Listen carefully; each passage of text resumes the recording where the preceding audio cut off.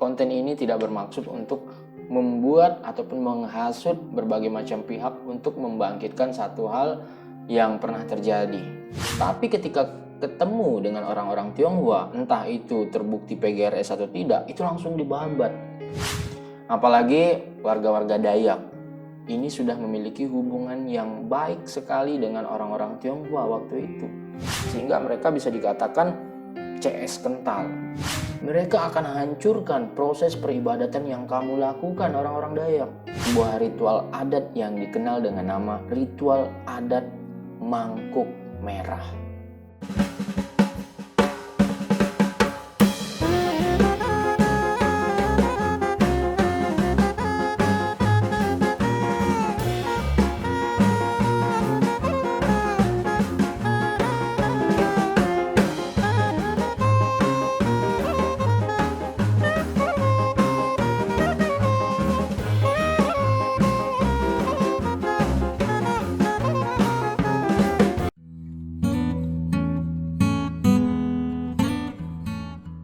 Oke baik, Assalamualaikum warahmatullahi wabarakatuh. Selamat malam dan salam sejahtera untuk kita semua. Berjumpa lagi bersama saya Gudir Irawan, tentu saja dalam channel yang amat sangat luar biasa. Apalagi kalau bukan channel Tukang Kopi. Dan teman-teman sekalian, kita masih dalam sebuah segmen yang kita kenal bersama dengan nama Ngopini. Ngopini sembari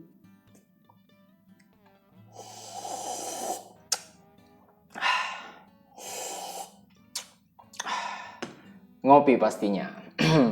Dan teman-teman sekalian, tentu saja dalam channel Ngopini kita masih akan berbicara tentang sejarah, kemudian tentang konspirasi, ataupun peristiwa-peristiwa aktual lainnya yang terjadi di sekitaran kita, di dunia ini, khususnya di Republik Indonesia kita yang tercinta ini. Dan sebelumnya cukup lama kita tidak ngonten nih teman-teman. Terakhir kalau tidak salah saya kemarin itu di Januari. Ya karena banyak beberapa kesibukan yang harus saya jalani di luar kehidupan perkontenan, sehingga saya memilih waktu yang benar-benar tepat. Dan ini kita punya setup yang baru. Kalau biasanya teman-teman nonton channel Ngopini dari 2023, kali ini kita membawa satu setup yang baru. Dan mudah-mudahan ini menjadi sebuah penyegar mata lah untuk teman-teman sekalian. Nah, langsung saja teman-teman, kali ini saya ingin membahas satu hal yang bisa dikatakan spesial, dan ini juga merupakan salah satu peristiwa sejarah yang termuat dalam sejarah lokal atau sejarah yang ada di tempat kita sendiri. Dan kali ini saya akan kembali berbicara tentang sejarah lokal di wilayah Kalimantan Barat. Masalah apa itu teman-teman? Tentu saja ini adalah sebuah masalah yang menjadi sebuah konflik kemanusiaan. Dan ini berkaitan tentang yang namanya kembali mangkuk merah.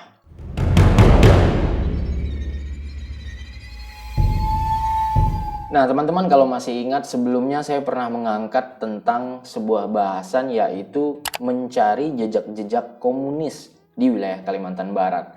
Dan bahasan kita kali ini akan berkaitan tentang jejak-jejak komunis tadi.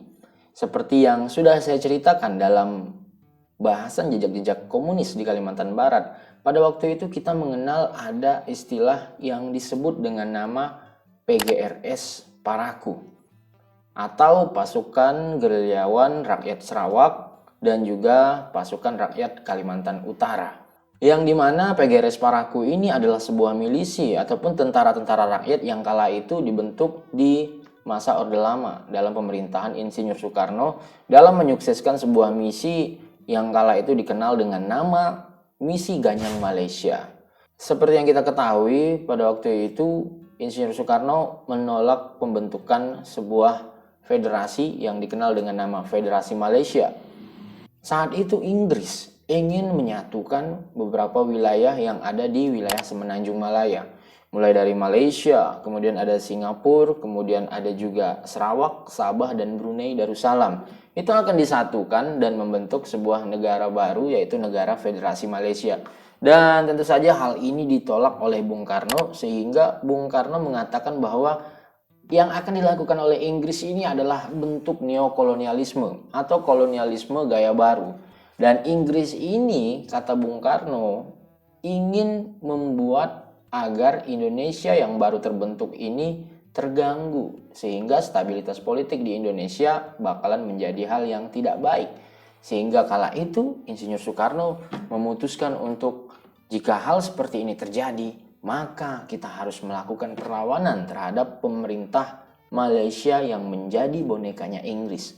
Dan apalagi kalau bukan kita lakukan perlawanan dengan bentuk ganyang Malaysia.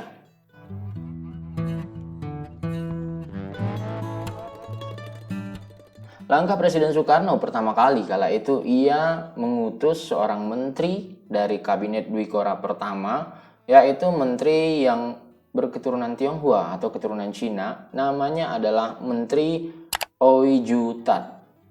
Beliau diutus ke wilayah Kalimantan Barat, kemudian ia datang ke wilayah Sintang kala itu dengan mengumpulkan berbagai macam orang yang memang juga menolak terbentuknya Federasi Malaysia ini.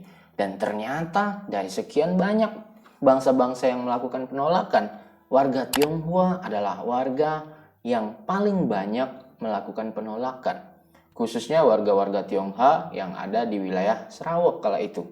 Tidak hanya sampai di situ, di wilayah Brunei Darussalam pun ternyata terjadi sebuah perlawanan yang dipimpin oleh seorang tokoh politik bernama A.M. Azhari.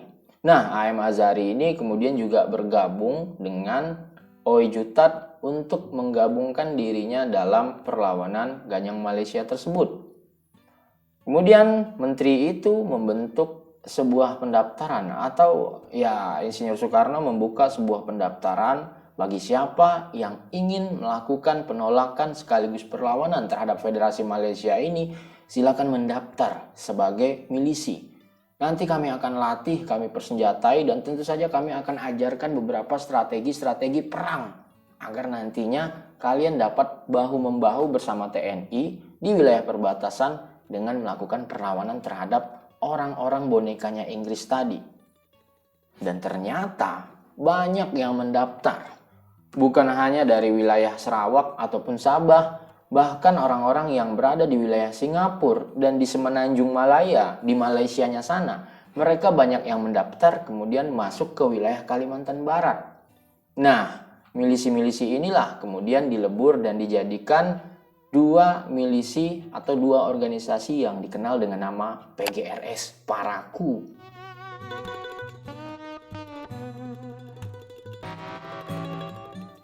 Khususnya warga-warga keturunan Tionghoa yang ada di wilayah Kalimantan Barat dan di wilayah Sarawak, mereka takut apabila Federasi Malaysia ini terbentuk bakalan terjadi sentimen ataupun terjadi diskriminasi di wilayah Sarawak. Mereka takut nantinya bangsa-bangsa Melayu akan melakukan penindasan terhadap warga-warga Cina ataupun warga Tionghoa.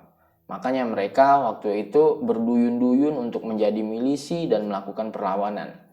Namun seperti yang saya sampaikan pada materi sebelumnya, ternyata keturunan-keturunan Tionghoa yang ada di wilayah Sarawak sana ini terafiliasi juga dengan Partai Komunis yang ada di RRT atau Republik Rakyat Tiongkok.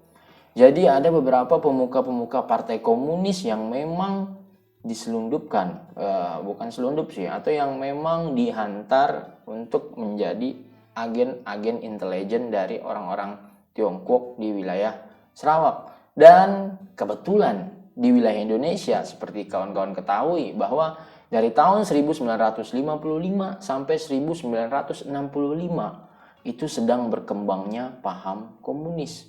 Apalagi Presiden Soekarno kala itu adalah salah satu pendukung Partai Komunis yang dikatakan paling militan.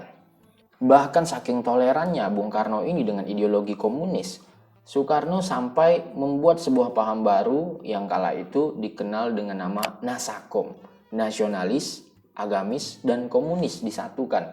Nah, angin segar inilah yang kemudian membuat masyarakat khususnya pemuka-pemuka ataupun kaum-kaum intelijen komunis dari Tiongkok yang ada di Sarawak menggabungkan dirinya menjadi sebuah organisasi yang dikenal dengan nama PGRS Parakou. Kemudian ya bergeraklah PGRS Parakou ini melakukan beberapa perlawanan-perlawanan terhadap tentara-tentara dari Malaysia yang konon katanya adalah pendukung Federasi Malaysia ini, teman-teman.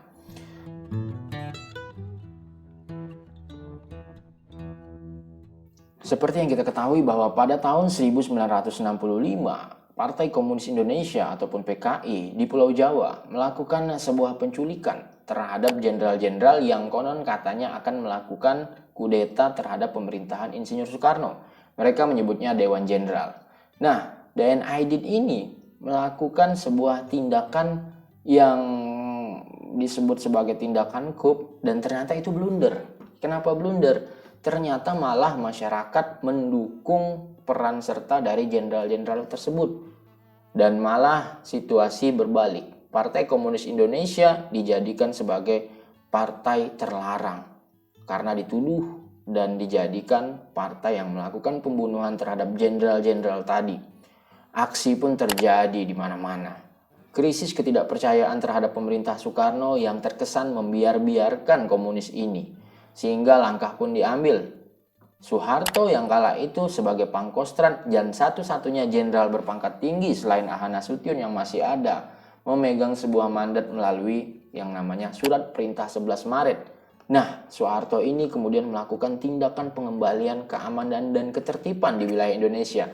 Dan seperti yang kita ketahui dalam banyak buku sejarah bahwa Soeharto kemudian melakukan pembersihan terhadap unsur-unsur komunis di seluruh Indonesia. Dan bisa ditebak, PGRS Parakou juga menjadi salah satu dari target pembersihan Soeharto tersebut.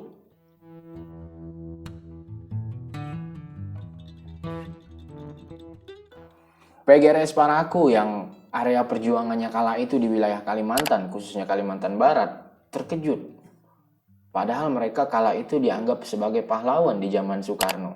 Ternyata setelah Soeharto yang memimpin pembersihan, mereka malah dicap sebagai orang-orang komunis, antek-antek komunis, dan harus segera dilenyapkan. Nah, apa langkah yang kala itu dilakukan oleh pemerintah yang dipimpin oleh Soeharto melalui Super Semarnya? Tentu saja setelah melakukan koordinasi dengan Kodam setempat, yaitu Kodam Tanjung Pura, Soeharto mengirim pasukan yang dikenal dengan nama Divisi Siliwangi. Divisi Siliwangi ini kemudian dikirim ke wilayah Kalimantan Barat dengan berbagai macam operasi-operasi yang harus mereka jalankan. Tersebutlah ada yang namanya operasi sapu bersih, kemudian ada yang namanya operasi tertib, ada juga yang namanya operasi santri yuda, dan lain sebagainya. Operasi-operasi ini dikhususkan untuk membersihkan antek-antek komunis yang ada di Kalimantan Barat tadi. Dan tentu seperti yang saya sampaikan, kebanyakan milisi-milisi ataupun partisan dari PGRS dan Parakou ini adalah masyarakat keturunan Tionghoa. Khususnya masyarakat Tionghoa yang berawal dari wilayah Sarawak tadi. Nah, seperti yang sudah saya sampaikan pada materi sebelumnya, milisi-milisi ini dilatih banyak sekali oleh TNI kala itu. Mulai dari di wilayah Sajingan dan komandan-komandannya juga dilatih di wilayah Bogor. Dan mereka juga dipersenjatai oleh pemerintah Soekarno dengan berbagai macam senjata yang tentu saja lengkap. Tidak cukup sampai di situ, mereka juga dibuatkan banyak sekali markas-markas sukarelawan. Ya, sebut saja ada beberapa di wilayah Sanggau Ledo, kemudian ada di wilayah Anjungan, di Sintang, dan beberapa wilayah yang memang langsung berbatasan dengan Malaysia, agar prosesnya dapat berjalan dengan efektif. Nah, teman-teman, awalnya pembersihan ini dilakukan dengan cara melakukan konsolidasi dengan sukarelawan atau milisi tadi.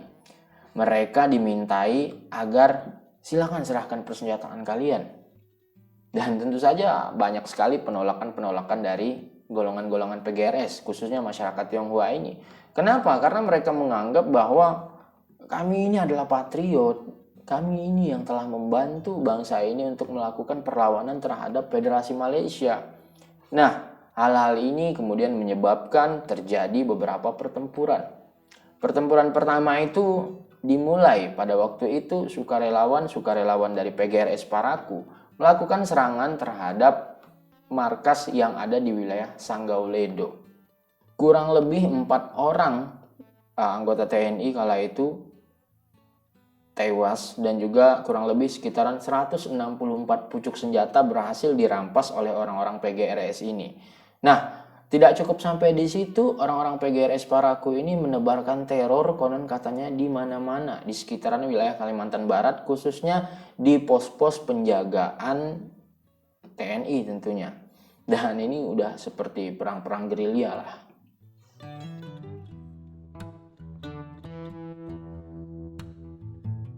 Ada beberapa hal ataupun ada beberapa isu yang mengatakan bahwa logistik yang dimiliki oleh orang-orang PGRS Parakou yang notabene atau mayoritasnya ini adalah orang-orang Tionghoa itu juga berasal dari kaum-kaum pedagang Tionghoa.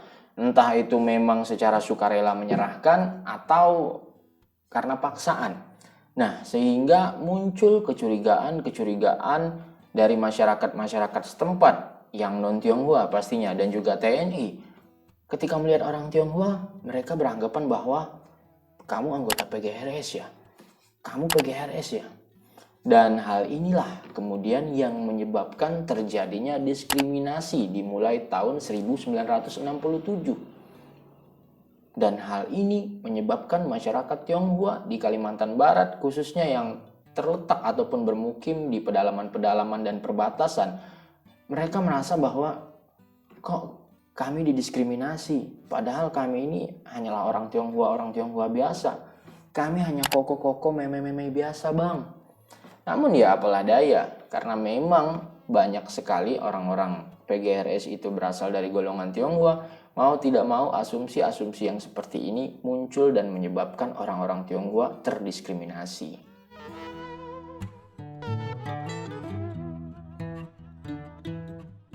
Nah, TNI yang datang, yang dari divisi Siliwangi ini, sebelumnya mereka tidak mengenal Medan. Karena wilayah Kalimantan Barat ini kan berbeda dengan wilayah di Jawa. Ya, banyak rawa dan juga hutan-hutan tropis yang menyebabkan apabila mereka ingin melakukan patroli atau pembersihan, mereka akan kesulitan. Sehingga mereka melakukan rekrutan terhadap orang-orang setempat, baik itu warga suku Dayak dan warga suku Melayu. Nah, di situ tentara-tentara ini kemudian diharuskan untuk melakukan yang namanya pelatihan-pelatihan terhadap pembantu-pembantu mereka ataupun milisi-milisi dari warga setempat yang membantu menghafal medan tadi. Jadi mereka juga dipersenjatai dan juga dilatih beberapa strategi. Dan tidak cukup sampai di situ, mereka juga didoktrin untuk melakukan pembersihan pula terhadap orang-orang PGRS ini tadi. Sehingga ya mungkin karena asumsinya orang-orang Tionghoa ini yang banyak menjadi orang-orang PGRS, mungkin setiap kamu lihat orang Tionghoa, tangkap saja atau tembak saja. Dan ya muncul kebingungan atau dilematika dalam diri orang-orang setempat. Apalagi warga-warga Dayak ini sudah memiliki hubungan yang baik sekali dengan orang-orang Tionghoa waktu itu. Jadi kalau teman-teman tahu di sekitaran mungkin dari mulai abad ke-17 sampai abad ke-18, 19 itu orang-orang Tionghoa dan orang-orang Dayak ini sudah banyak sekali melakukan hubungan kerjasama yang baik sehingga mereka bisa dikatakan CS kental. Namun mereka harus dibenturkan dalam yang namanya pemberontakan PGRS ini. Nah, di tengah dilematika dan kebingungan inilah muncul berbagai macam propaganda-propaganda atau isu-isu yang terhembus. Dan isu-isu yang terhembus itu antara lain adalah menyatakan bahwa orang-orang PGRS ini adalah orang komunis. Sebagai orang komunis, mereka itu tidak senang dengan sistem peradatan yang dilakukan oleh orang-orang Dayak. Jika mereka berkuasa di wilayah Kalimantan Barat, mereka akan hancurkan yang namanya sistem yang telah kalian bangun. Itu propaganda pertama. Propaganda kedua yang terdengar juga mengatakan bahwa orang-orang komunis ini mereka tidak beragama. Mereka akan hancurkan proses peribadatan yang kamu lakukan orang-orang Dayak. Proses peribadatan terhadap nenek moyang ini akan dihancurkan oleh orang-orang komunis PGRS. Dan ternyata tidak cukup sampai di situ teman-teman. Nah, dalam sebuah kesempatan di bulan Maret tahun 1967, terjadi sebuah pembunuhan terhadap seorang guru, yang tentu saja guru tersebut adalah seorang suku Dayak. Dan tak cukup sampai di situ. Bulan September juga terjadi penculikan sekaligus pembunuhan terhadap 9 orang dari suku Dayak di daerah kampung dusun, namanya adalah Dusun Taum, wilayah Sungkung. Kemudian terjadi lagi banyak pembunuhan terhadap pemuka Dayak dan juga demong-demong Dayak. Nah, isu tersebut kemudian menyebar dan mengatakan bahwa yang melakukan pembunuhan ini adalah orang-orang PGRS, orang-orang Tionghoa yang melakukan pembunuhan. Di tengah kebingungan seperti ini, akhirnya orang-orang Dayak emosinya tersulut. Mereka terpancing provokasi dan akhirnya menyebabkan mereka harus angkat senjata melakukan perlawanan terhadap PGRS tanpa memikirkan lagi itu adalah saudara keluarga kita.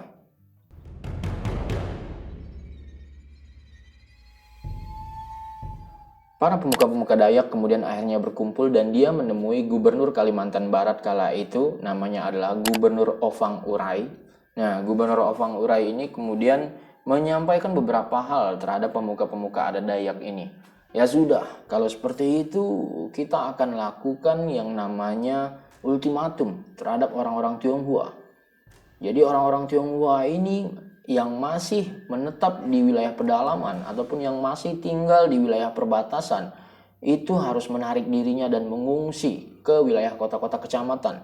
Kalau tidak akan terjadi hal yang tidak diinginkan. Dan benar saja teman-teman, kala itu Gubernur Ovang Urai kemudian mengultimatum masyarakat-masyarakat Tionghoa melalui siaran radio RRI kala itu ke setiap wilayah agar orang-orang Tionghoa ini silakan mengungsi ke kota kecamatan. Jadi kota kecamatan itu ya sebut saja seperti Singkawang, kemudian mungkin di wilayah Pinyuh, kemudian ke wilayah-wilayah lainnya yang terletak di wilayah pesisir. Kenapa harus mengungsi? Karena kalau kalian tidak mengungsi nanti akan terjadi yang namanya demo. Kejadian demo ini ya pembersihan dari masyarakat Dayak dan juga TNI yang akan melakukan penetrasi besar-besaran untuk mencari anggota-anggota PGRS ini tadi. Dan ternyata teman-teman hal ini benar-benar terjadi. Pemuka-pemuka Dayak tadi yang akan melakukan gerakan demo ataupun pembersihan besar-besaran ini melakukan sebuah ritual adat yang dikenal dengan nama ritual adat mangkuk merah. Pernah dengar kan mangkuk merah? Seperti yang telah saya sampaikan ketika terjadi pembantaian dari orang-orang Dayak terhadap pemberontakan Jepang. Jadi mangkuk merah ini adalah sebuah ritual yang dilakukan oleh masyarakat Dayak untuk melakukan koordinasi, konsolidasi, sekaligus menghimpun masyarakat-masyarakat Dayak agar melakukan perlawanan terhadap musuh bersama. Dan dalam mangkuk merah itu ya benar ada mangkuk yang isinya itu mulai dari darah babi, kemudian ada juga arang, kemudian bulu ayam, kemudian ada daun juang. Kemudian mangkuk ini akan disebarkan dari satu kampung ke kampung lainnya, disebarkan dengan harapan setiap kampung Dayak yang mendapatkan mangkuk ini artinya bergabunglah bersama kami. Kita memiliki sebuah musuh yang harus kita kalahkan bersama. Dan mangkuk merah ini kemudian berhasil, masyarakat Dayak, pejuang-pejuang Dayak berkumpul. Sehingga mereka bersatu bersama TNI kala itu melakukan pembersihan terhadap orang-orang PGRS. Nah, namun sayangnya terjadi hal yang tidak diinginkan. Di sini letak permasalahannya, teman-teman.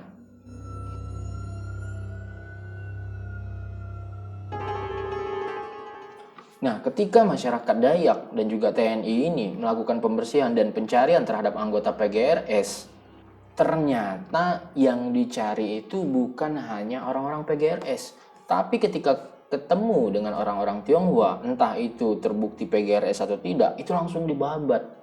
Rumah mereka dibakar, kemudian hartanya dirampas, dijarah, kemudian mayat-mayatnya bergelimpangan di jalan. Dan ya ini, TNI pun tidak menyangka bahwa ternyata akan terjadi tragedi kemanusiaan yang benar-benar luar biasa seperti itu. Yang awalnya niat mereka menargetkan anggota PGRS, ternyata malah terjadi pembantaian terhadap etnis Tionghoa besar-besaran di situ. Dan blundernya ya di sinilah. Sehingga dari bulan Oktober sampai Desember 1967, pembersihan ini benar-benar menjadi pembersihan total terhadap orang-orang Tionghoa yang tidak sempat melakukan pengungsian. Nah, berdasarkan beberapa informasi yang kita dapatkan, masyarakat yang kala itu menjadi korban dalam pembantaian ataupun dalam tragedi kemanusiaan 1967 ini mencapai sekitar 2.000 atau sampai 3.000 masyarakat etnis Tionghoa tewas ataupun meninggal. Kemudian diperkirakan 50.000 sampai 80.000 pengungsi yang berasal dari etnis Tionghoa terjadi. Mereka harus meninggalkan rumah-rumah mereka, meninggalkan harta benda mereka, bahkan mereka tidak diperkenankan kembali untuk mengambil dan menempati tempat tersebut walaupun ya sudah aman kondisinya. Kenapa? Ya karena ditakutkan akan terjadi yang namanya bencana susulan tadi. Nah, di pengungsian sendiri kurang lebih mencapai 5.000 orang yang harus menderita kemudian meninggal dunia. Sehingga bisa kita katakan bahwa PGRS ataupun tragedi yang terjadi akibat pembersihan yang dilakukan oleh TNI dan juga para masyarakat Dayak ini ya sebuah tragedi kemanusiaan yang benar-benar luar biasa yang pernah terjadi di wilayah Kalimantan Barat.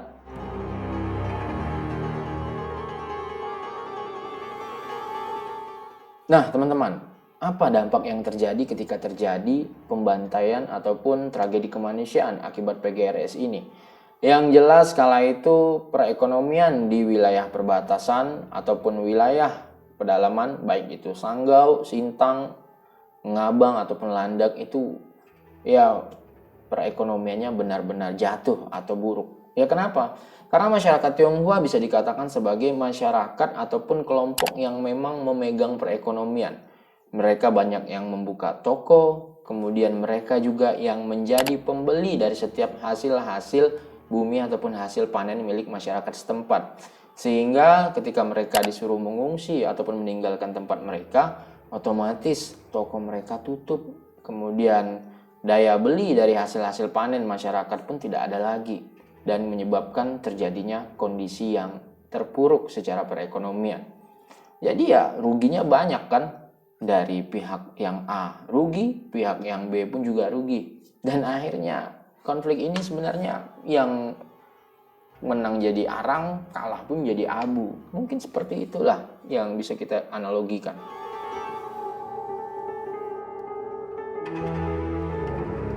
Kalau teman-teman selama ini mendengar bahwa pemberontakan komunis itu yang terjadi di Pulau Jawa memakan banyak korban, ternyata di wilayah Kalimantan Barat ini sendiri pun pernah terjadi tragedi kemanusiaan yang memang benar-benar memilukan. Di mana kala itu bisa dikatakan bahwa memang awalnya ingin melakukan pembersihan terhadap anti-komunis karena politik ataupun karena konflik kepentingan tadi. Namun ya, apakah harus nyawa manusia dipertaruhkan seperti itu? Dan mudah-mudahan informasi ini bukan menjadi salah satu media untuk kita kembali mengingat sebuah tragedi yang pernah terjadi di masa itu, ataupun membuat diri kita untuk saling membenci satu sama lain. Sekali lagi, tidak. Konten ini tidak bermaksud untuk membuat ataupun menghasut berbagai macam pihak untuk membangkitkan satu hal yang pernah terjadi. Tapi ini hanyalah sebagai salah satu pembelajaran dan referensi kita bahwa ternyata konflik-konflik sosial seperti ini bukan hal yang menguntungkan, tapi malah merugikan. Dan bagi korban-korban yang pernah menjadi ataupun korban-korban trauma, mudah-mudahan hal seperti ini tak terjadi lagi di wilayah Kalimantan Barat ini, dan mudah-mudahan kita akan selalu hidup dalam kedamaian, baik itu dari suku apapun. Kita jadikan Kalimantan Barat sebagai tempat yang memang benar-benar paling toleran bagi setiap masyarakat yang berasal dari setiap suku.